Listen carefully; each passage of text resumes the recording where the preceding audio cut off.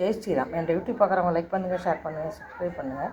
நேற்று தலை சுற்றல் எனக்கு காலையில் ஏஞ்சா ஒரு 2-3 ஹவர்ஸ் வரைக்கும் நடக்க முடியாது. அப்படி ஒரு பிரச்சனை இப்போ வந்து ஸ்டார்ட் ஆகிருக்கு. அது நேற்று எல்லா டெஸ்ட்டுக்கும் கொடுத்துட்டோம். அது வந்து இஎன்டி போய் காமிச்சிக்கலாம். காதில் ஏதாவது ஏற்கனவே பிரச்சனை இருந்தாலும் காதில் ஏதாவது பிரச்சனை இருக்கா என்னமோன்னு சொல்லிட்டு போனோம். காது நல்லா தான் இருக்குது அப்படின்னாரு. அவர் ஒரு முஸ்லீம், ரொம்ப ஃபிட்டாக நல்லா இருக்கார். அவர் சொன்னது என்னென்னா, கையை காலை சும்மாவே வச்சுக்கிட்டு இருக்கிற அசைக்கிட்டே இருந்தாலே பாதி பிரச்சனை போய்டும். 99% பிரச்சனை. எப்போவுமே கை காலை சும்மா வச்சுக்கிட்டு இருக்கக்கூடாது அப்படின்னு சொன்னார். ஏரோபிக்ஸ் பண்ணுன்னாரு. ஏரோபிக்ஸ் பண்ணுற வயசாகுது அப்படின்னு நினச்சிக்கிட்டாங்க. யோகான்னா அது தட் இஸ் டிஃப்ரெண்ட் அப்படின்னாரு. பொதுவாக அவங்களுக்கு இந்த யோகாலாம் பிடிக்காதுன்னு நான் நினைக்கிறேன். ஆனால் வந்து அவர் சொன்னது ஏரோபிக்ஸ் பண்ணுறோமோ யோகா பண்ணுறோமோ அது வேறு விஷயம்.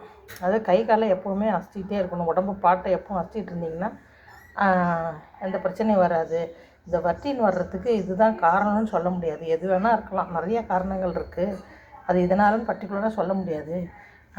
கை காலை உடம்பை எப்போவுமே அசைச்சிக்கிட்டே இருங்க அப்படின்னு சொன்னார். இது ரொம்ப நல்லாயிருக்கு. நீங்கள் எல்லாருமே இப்போ நிறைய பேருக்கு இந்த செல்ஃபோன்னாலே என்னென்னு தெரியல, நிறைய பேருக்கு வர்ட்டின்னு வந்திருக்கு. அவர் சொன்ன மாதிரி எப்போவுமே கை காலையில் சின்ன சின்ன அசைவுகள் அப்படியே படுத்திருந்தோம், இல்லாட்டி வந்து நம்ம வந்து ஒன்றும் செய்யாமல் இருந்தாலே அப்படியே ப்ளட்டெல்லாம் அப்படியே கிளாட் ஆன மாதிரி ஆகிடுது. அதனால் எப்போவுமே அசைச்சிக்கிட்டே இருங்க. அப்போ இந்த பிரச்சனைகள்லாம் சால்வ் ஆகிடும்னு நான் நினைக்கிறேன். சிம்பிள் டிப்ஸ் அவ்வளோதான். நல்லாயிருக்கு. லைக் பண்ணுங்கள், ஷேர் பண்ணுங்கள், சப்ஸ்கிரைப் பண்ணுங்கள்.